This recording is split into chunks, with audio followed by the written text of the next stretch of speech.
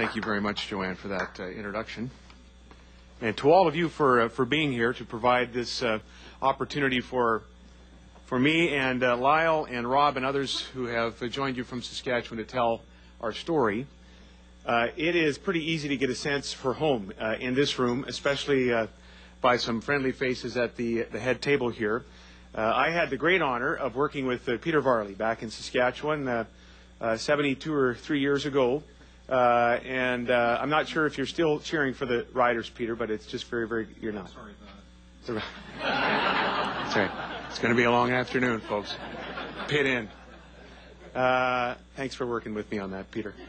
And if there are people back in Saskatchewan who are maybe regretting or having a bit of buyer's remorse about electing a new government led by myself, they owe some of the blame at least to John Weir, who actually took a chance and hired me back in Saskatchewan when I was living in Ottawa. And so, John, it's great to see you, and Margot's here. Thanks for being here.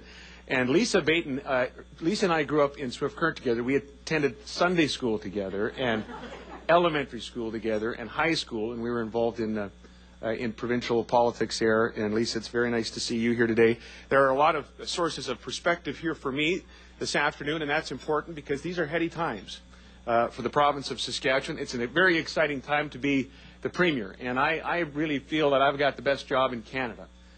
Very fortunate to be in the position that I have, and our ministers would agree. We have this great opportunity in Saskatchewan to keep the momentum going, so we're always looking for perspective, but you need to rest assured that there's a lot of perspective back home. People are always prepared to remind you about priorities. That happens right in my house.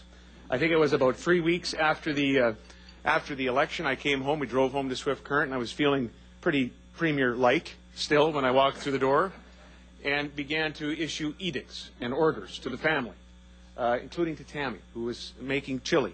I pointed out there were too many onions in the chili. I told our son Coulter he wasn't doing enough homework. He wasn't getting prepared for his wrestling like he should have been either. Then I switched to our oldest daughter, Megan. She should clean up this and do that and finish that. And finally, Megan put her pen down and said, "Dad, I don't know what kind of day you had, but when you come through this door, you are not the Premier."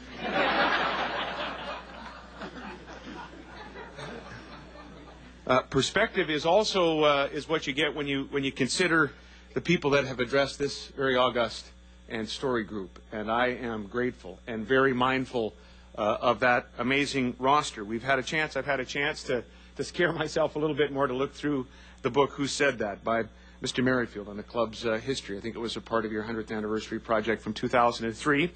And of course, in those pages are speeches from captains of industry and from former prime ministers and Winston Churchill. I found one particular story that was pretty good. I thought it was pretty fantastic, from Commander Edward Whitehead, who spoke to the club in November of 1955 about Winston Churchill. And he recounted the story of how Churchill was upset with a British general. He had chastised the general who was apparently unable to communicate effectively with his troops. The general's response had been, "Well, I've always taken the view that familiarity breeds contempt," to which Churchill replied, "Without a certain amount of familiarity, it would be difficult to breed anything at all." I seek today on behalf of our province and the people of Saskatchewan to increase your familiarity with Saskatchewan's story and the opportunities that exist, and why that's not just good for the province, but it's very good for the country. You know, every now and then there does come an opportunity in whatever our vocation or avocation may be to make a difference. Every now and then there is the opportunity maybe to make a little bit of history, to make some positive history. The moments are rare. They come unheralded. There aren't any trumpets that sound, and no one issues a press release. But I think when we know, each of us, when we are in the midst of one of those moments. They come, these moments, with a special gift. A chance, as the poet Samuel Johnson says, to improve the golden moment of opportunity and catch the good that is within our reach. For as long as I can remember, Saskatchewan has been next year country. It's been that way in too much in the economy. It's been that way in agriculture. Lyle, who tells me his crop is looking pretty good, it's almost off now.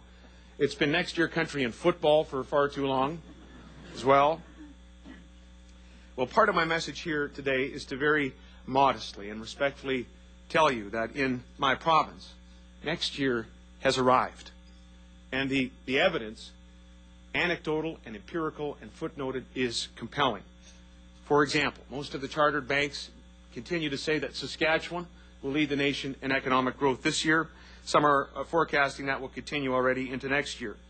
The Canadian Federation of Independent Business has again released its survey of its members, of businesswomen and men across the country, as to their optimism. And again, Saskatchewan is leading the country. 2 weeks ago, news arrived that our province is leading the nation in percentage increase in the international exports, 69%. Our population is growing at the highest rate that it has in 50 years. We lead the nation in terms of growth in retail sales, which is an indication, an ongoing indication, notwithstanding what's happening in the economy today, of the consumer confidence that exists in our province. Fortune magazine says Saskatchewan is outpacing the rest of the country in employment quality, with earnings ranging anywhere from 50 to 125% above the national average. Saskatchewan is now the only province in the top 10, according to a survey of petroleum executives released by the Fraser Institute. The report ranks Saskatchewan as the 6th most favorable jurisdiction of 81 jurisdictions worldwide for petroleum investment. And it's not particularly germane to my comments, but I wanted to add here that while Saskatchewan is ranked number 6th on that list, Alberta is number 29. I'm just saying. I'm just saying. The report describes Saskatchewan as the model of stability and the jewel of Canada's oil and gas sector. There was, in terms of anecdotal evidence, there was a recent article in the Globe and Mail, which I understand is a newspaper here in Toronto, that, I have an editorial board meeting this afternoon. Ian, I think I might pay for that remark, but the Globe and Mail had an article which pointed out that Saskatchewan had got its groove back. And I was unaware that we had lost our groove. But we're grateful for that kind of recognition. There are a long list of empirical facts that would support the thesis that Saskatchewan is leading today and has a real chance to sustain that momentum over the midterm and the longer term and continue to lead. That's obviously positive. But the most positive thing about that, friends, is that Saskatchewan today is a have province. And there is a government in the province of Saskatchewan whose vision, whose determination is about ensuring that we continue as a have province. And let me just say in front of this group today that our province is very, very grateful for the fact that because of our nation, because of fiscal federalism, we have had the support and the help and the assistance of other parts of the country when we were not a have province.